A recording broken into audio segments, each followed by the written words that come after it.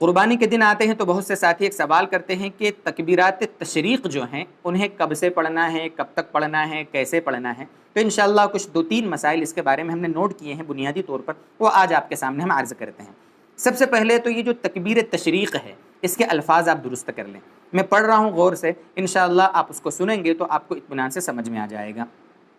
اللہ اکبر لا الہ الا اللہ واللہ اکبر وللہ الحمد۔ اطمینان سے ان کو سن کر آپ یاد کریں اور اسی طرح پڑھنے کا اہتمام کیا کریں۔ پہلی بات تو یہ ہے۔ کب سے پڑھنا ہے؟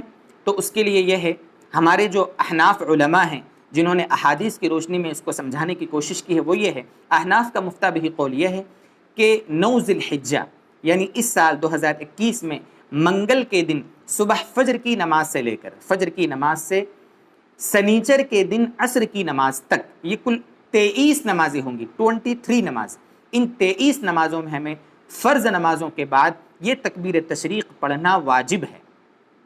مرد حضرات جو ہیں جماعت سے نماز پڑھیں گے مسجد میں جا کر، نماز کے بعد اتنی زور سے پڑھیں گے کہ مسجد گونج جائے، باقاعدہ بلند آواز سے پڑھنا واجب ہے مردوں کے لیے، ٹھیک ہے۔ ہاں، عورتیں اپنے گھروں میں چونکہ انفرادی نماز پڑھتی ہیں اس لیے عورتیں آہستہ آواز میں پڑھیں گی، عورتوں کے لیے بھی یہ تکبیر تشریق واجب ہے۔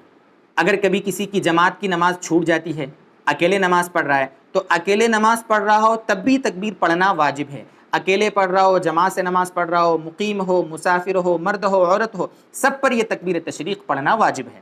کبھی کبھی ایسا ہوتا ہے کہ کسی کی 1 یا 2 رکعت چھوٹ جاتی ہے، اب امام صاحب نے سلام پھیر دیا، جو مقتدی حضرات امام صاحب کے ساتھ نماز پڑھ رہے تھے سب نے تو بلند آواز سے تکبیر تشریق پڑھ لی ہے، اب ہماری 1-2 رکعت چھوٹی، ہم نے بعد میں اپنی نماز پڑھنے کے بعد جب ہم سلام پھیریں گے تب ہمیں تکبیر تشریق بلند آواز سے پڑھنا ہے۔ ہاں، اگر ہمارے آس پاس اگر کوئی شخص نماز پڑھ رہا ہے تو تھوڑا آواز اگر کم کر دیں گے، آواز تھوڑی پست کر دیں گے تو بھی چلے گا، لیکن بہرحال آواز ہمیں نکال کر یہ تکبیر پڑھنا ہے۔ اسی طریقے سے جو فرض نمازیں ہیں 23، ان کے سوا چونکہ عید کی نماز بھی پڑھی جائے گی، واجب ہے، تو وہ 24ویں نماز ہوگی ہماری، جس کے بعد بھی ہمیں تکبیر تشریق پڑھنا چاہیے۔ علماء نے یہ سمجھایا ہے کہ عید الاضحیٰ کی نماز بھی تکبیر تشریق پڑھنا چاہیے بلند آواز سے۔ اور یہ جو آپ کو تکبیرات تشریق کے مسائل بتائے ہیں یہ تو وہ ہیں جو پڑھنا واجب ہے، نہیں پڑھیں گے تو گناہ ہوگا۔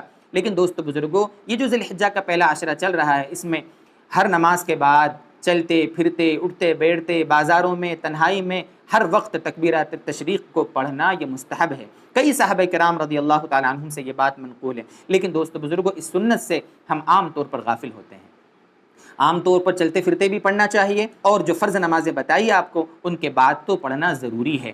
اللہ تبارک و تعالیٰ اپنی بڑائی کا استحضار ہمیں عطا فرمائے، اپنی جلال، اپنی عظمت، اپنی بزرگی کا اللہ تبارک و تعالیٰ استحضار ہمارے دلوں میں پیدا فرمائے، اور اللہ تبارک و تعالیٰ پورے دین پر ہمیں عافیت کے ساتھ موت تک چلاتا رہے۔ وآخر دعوانا ان الحمد للہ رب العالمین۔